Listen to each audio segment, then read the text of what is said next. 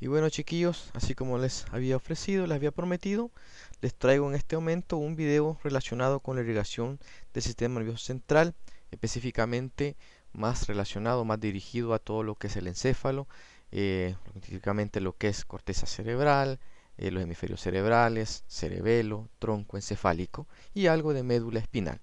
La parte de drenaje venoso, tendrán que ustedes recordar algo de lo que se vio en clase relacionado con todos los senos venosos de la dura madre, cómo estaban formados, cómo iban confluyendo unos con otros para finalizar en su recorrido en la vena yugular interna. Eso es la parte venosa. En este caso yo les voy a hablar de lo que es la irrigación del sistema nervioso central.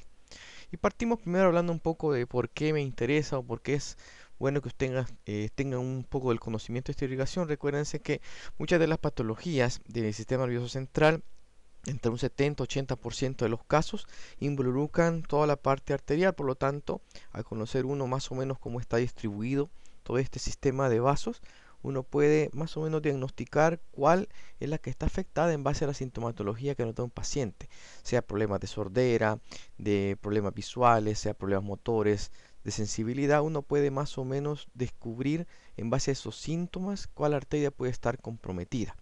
Ahora, recordemos que el flujo sanguíneo en el tejido del cerebro es constante, no puede estar cortado en ningún momento debido a que él necesita en todo momento de oxígeno, de nutrientes. Si se nos interrumpe la circulación por un par de segundos, el paciente lógicamente tendrá cierto aturdimiento, puede desmayarse, pero si tiene una interrupción de 3-5 minutos, el paciente puede quedar ya con secuelas bastante importantes, sean motoras, sea sensitiva. Por lo tanto, es necesario tomarle la importancia a las características de este flujo sanguíneo. El cerebro, la tasa de consumo, hay que recordar que junto al riñón y junto al corazón son de las tres vísceras que más consumen del flujo sanguíneo cada minuto que el corazón late. Ya, por eso es que ante un problema como un shock, por ejemplo, hipovolémico, se corta el sangrado a otras partes, a otros órganos, la piel, por ejemplo, se le corta el flujo sanguíneo para mantener el flujo en vísceras como el cerebro. Ahora, la tasa de consumo, ese flujo que ocupa el cerebro, no es el mismo en las diferentes partes del día, en los distintos momentos del día, ya que dependerá de la actividad que usted está realizando. Puede ver en un momento mayor flujo al área motora si usted está haciendo alguna actividad. Si usted está en clase, por ejemplo, vendrá a ser irrigada más la parte del área de Wernicke, de la audición, las áreas visuales, etcétera. Es decir, el flujo varía, la utilización de este flujo dependiendo de la actividad que hace el cerebro. Así, por ejemplo, igual durante el sueño disminuye un poco, pero se mantiene constante, no puede faltarle la irrigación. Ahora, ¿qué pasa si falla el flujo en este cerebro? De una falla, acuérdense, puede ser un motivo o causa por un embolismo, un trombo, una hemorragia, ya de términos que ustedes ya conocen, ya y que nos pueden ocasionar síntomas bastante complicados en nuestros pacientes. Ahora, los problemas que nos puede ocasionar una hemorragia, un trombo, una embolia, pueden ser del tipo de un ictus o un accidente vascular encefálico en el cual la interrupción es bastante súbita. Ya entonces el paciente de repente cae desmayado, cae con una serie de problemas neurológicos debido a una interrupción bastante abrupta.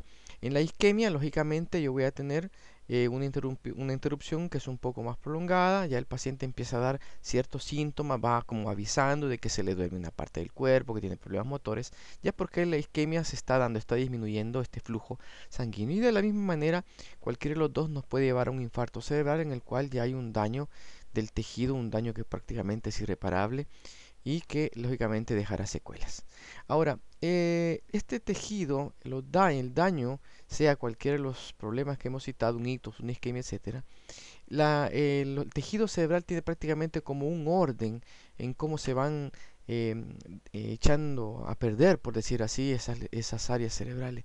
Así podemos decir que las áreas más nuevas, como la corteza cerebral, que es de lo más novedoso filogenéticamente hablando, será una de las primeras que sufren. Lo más nuevo en la evolución del sistema nervioso central es lo que más sufre, mientras que las áreas más antiguas, las áreas que son un poco más simples, como por ejemplo las partes correspondientes al centro respiratorio, centro cardiovascular, que son un poco más antiguos filogenéticamente hablando, van a ser más resistentes. Por eso es que de repente los pacientes sufren problemas de irrigación a nivel del encéfalo y quedan en problemas motores sensitivos, pero muchas veces quedan con la parte cardiovascular respiratoria funcionando porque, insisto, son áreas que resisten más a estos cambios de irrigación. Ahora, entrando un poco ya en materia de qué arterias son las que irrigan el encéfalo. Primero tenemos que decir qué tipos de arterias son las que irrigan el sistema nervioso central. Vamos a decir que hay dos tipos de arterias. Unas que son las llamadas arterias de conducción, que son todas estas que nosotros vemos que van caminando a lo largo de toda la superficie del cerebro, incluso caminan por dentro de los surcos que ustedes ya conocen. Y por otro lado tenemos las arterias denominadas perforantes, que son todas estas que nosotros vemos acá y que son las que penetran, que entran al parénquima del cerebro y que se encargarán de irrigar por dentro áreas importantes como por ejemplo los núcleos de la base, estructuras de sustancia blanca como la cápsula interna y otras estructuras, como les digo, que iremos citando en el trayecto de la clase. Por lo tanto, dos tipos de arterias que me irrigarán el cerebro: arterias de conducción, arterias perforantes. Ahora, si bien estas arterias en su calidad de la ubicación que tienen son más propensas a causar daños bastante irreparables, también tenemos que entender el por qué pueden suceder estos daños irreparables. Y es porque las arterias del cerebro tienen menor cantidad de músculo liso. Eso los hace más propensos a que se puedan romper. No obstante, hay una serie de mecanismos que disminuyen esa probabilidad o que le dan cierta resistencia, protección a estas arterias. Los mecanismos que evitan a la ruptura de los vasos son los siguientes.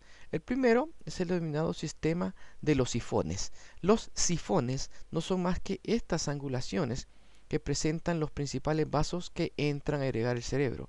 En este caso, la carótida interna, que es la primera gran importante, aquí presenta su respectivo sifón cuando va pasando por la porción petrosa y luego por la porción cavernosa. Acá presenta su sifón. Y la otra, aquí la arteria vertebral, que es la otra arteria que irriga el cerebro. Y aquí podemos ver cuando va pasando sobre el atlas y entrando por el foramen magno, ahí presenta su sifón respectivo. El primer método, primer sistema que protege estas arterias, el sistema de los sifones. El segundo sistema que protege o que evita o que disminuye la probabilidad de que se rompan estas arterias es el hecho de que estos vasos caminan en el espacio subaranoideo. Es decir, van a estar protegidos de alguna manera por el líquido cerebroespinal que hay dentro de ese espacio subaranoideo. Por lo tanto, ese líquido disminuye también los cambios de presión que puedan haber en estas arterias. Recuérdense, y hay que ver acá, estas arterias, la carótida, la vertebral, están recibiendo prácticamente la sístole de una manera muy cercana al corazón. Por lo tanto, la fuerza con la que la sangre va puede en algún momento ocasionar cambios muy fuertes en estos vasos, ya puede incluso romperlos, pero estos sistemas que acabamos de decir, el de los sifones, el del espacio subaranoideo, disminuyen o protegen estas arterias. Existe un tercer sistema y es el hecho de que las arterias del cerebro poseen mucho tejido elástico, lo que las hace un poco más resistentes, insisto, a estos cambios de presión.